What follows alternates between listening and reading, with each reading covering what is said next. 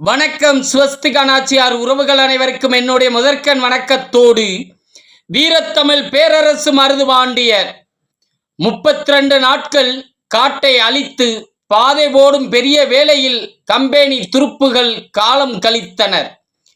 கடின வேலையில் ஈடுபட்ட கம்பெனி படைகள் உள்ளமெல்லாம் உடைந்து மெய்யெல்லாம் சோர்ந்து ஒக்கூர் கிராமத்திற்கே முடியாமல் ஓடி வந்தனர். இவர்களை கண்ட மருது சேனைகள் கண்ட இடத்திலெல்லாம் கண்டம் துண்டமாக பல கம்பெனிகளை கூண்டோடு கைலாசம் அனுப்பினர். இதனை பொறுக்காத பிரிட்டிஷார் பிரம்ம பிரயத்தனமாக தங்கள் சூழ்ச்சிகளையும் படையையும் கடினப்படுத்தியது. காட்டிக் கொடுக்க தயாரான தொண்டைமானோடு சேர்ந்து எட்டயபுரத்து கூலிப்படைகள் செய்த துரோகத்தால் மறவர் மண்ணும் பிளவுபட்டது. துரோக செயலில் துன்பம் தந்தனர். நன்றி, வணக்கம் உறவுகளே.